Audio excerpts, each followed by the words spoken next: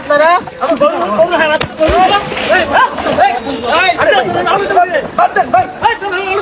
আরে ভাই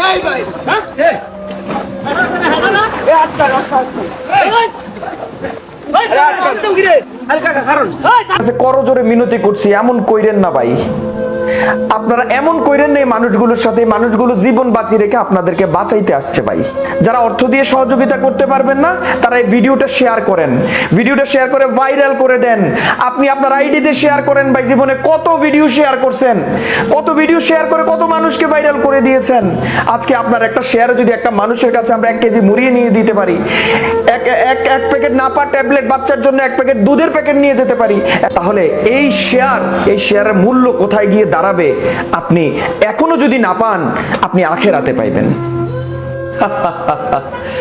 যে মানুষগুলো বিপদের সময় আপনাকে বাঁচাইতে আইলো, আপনার এলাকার মানুষকে বাঁচাইতে আইলো, ওই মানুষগুলোর উপর এভাবে অমানবিক আচরণ করাটা আপনার ঠিক হয়েছে কিনা আপনার বিবেককে একবার প্রশ্ন করুন।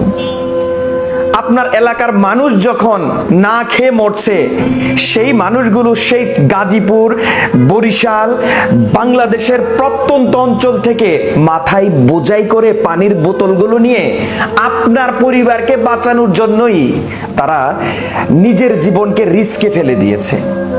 যে মানুষ সচরাচর রাস্তায় হাঁটতে পারে না, সেই জায়গায় পানির হাঁটু সমান কোমর সমান পানির ভিতরে বোঝাই করা পানির বোতল অথবা বস্তা নিয়ে কিভাবে হাঁটে, যখন আপনার নৌকাটা দেখে এখানে একটু রাখলো, তারপর আপনি তাদের সাথে এমন আচরণ করলেন, ভাই আপনাকে মানুষ বলা যায় না ভাই, আপনি মানুষরূপী জানোয়ার।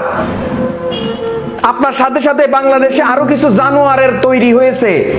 সেই জানোয়াররা হচ্ছে যারা মোমবাতির দাম 2 টাকার মোমবাতির দাম 50 টাকা রাখেন, 100 টাকার কয়েলের প্যাকেটের দাম রাখেন 500 টাকা। আপনারা চিরা মুড়ি গুড়ের দাম বাড়িয়ে দিয়েছেন। এই মুহূর্তে মানুষ মানুষকে সহযোগিতা করে, মানুষ মানুষকে বিপদ থেকে উদ্ধার করে, আর আপনারা কি করছেন? এই মানুষগুলোকে সহযোগিতা করেন। তো যাই হোক বন্ধুরা, আপনারা নিশ্চয়ই জানেন আমরা এসকে মিডিয়া পরিবারের পক্ষ থেকে আমরা যথেষ্ট পরিমাণ চেষ্টা করছি যারা বন্যা কবলিত আছে তাদেরকে রেস্কিউ করার জন্য, তাদের মাঝে খাদ্য সামগ্রীও বিতরণ করছি। আর সোশ্যাল মিডিয়াতে আসলে তো এখন অনেক ফেকে ভরে গেছে। আপনারা অনেকেই আসলে আমাদের সাথে কন্ট্রাক্ট করেন, বা আমরা যে নাম্বারগুলো আমরা আমাদের ভিডিওতে দিয়ে দিচ্ছি, এই নাম্বার অনেক সময় দেখা যায় নেটওয়ার্কের কারণে বন্ধ থাকে, আপনারা কানেকশন করতে পারেন না। তো আমি আপনাদের কাছে অনুরোধ জানাই যে নাম্বারগুলো আমি এখন বলছি, আপনারা ঠিক এই নাম্বারগুলোতে বা স্ক্রিনে দিয়ে দিচ্ছি, বন্ধ থাকলেও আপনারা অর্থ সহযোগিতা করবেন, কোনো প্রবলেম নাই। তার কারণ আমরা যখন ফেনীতে যাই নেটওয়ার্ক নাই, আমরা যখন বুড়িচং এলাকাতে যাই নেটওয়ার্ক নাই, আমাদের মোবাইলগুলো কিন্তু আমাদের সাথেই থাকে। তাই আমি বলবো আপনারা যদি আমাদের সাথে একাত্মতা পোষণ করে অর্থ সহযোগিতা করতে চান, তাহলে এই নাম্বারগুলো যেমন 01610150138, এটাও পার্সোনাল বিকাশ এবং নগদ, 09676622237, এটাও আমাদের বিকাশ এবং পার্সোনাল নগদ নাম্বার।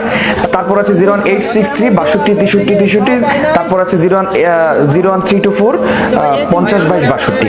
এগুলো আমাদের নাম্বার, যেগুলো স্ক্রিনে দেয়া আছে এগুলো আমাদের নাম্বার। নো প্রবলেম, আপনারা কোনো টেনশন করবেন না। আমরা আপনাদের অর্থ দুর্গতদের জন্য খাদ্য সামগ্রী কালেকশন করে আমরা তাদের কাছে পৌঁছে দেওয়ার ব্যবস্থা করছি ইনশাআল্লাহ। এবং আগামী দিনেও যখন আস্তে আস্তে পানি কমে যাবে, তারা ঘরে ফেরা শুরু করবে, তখনও তাদের চ্যালেঞ্জটা কিন্তু তখন।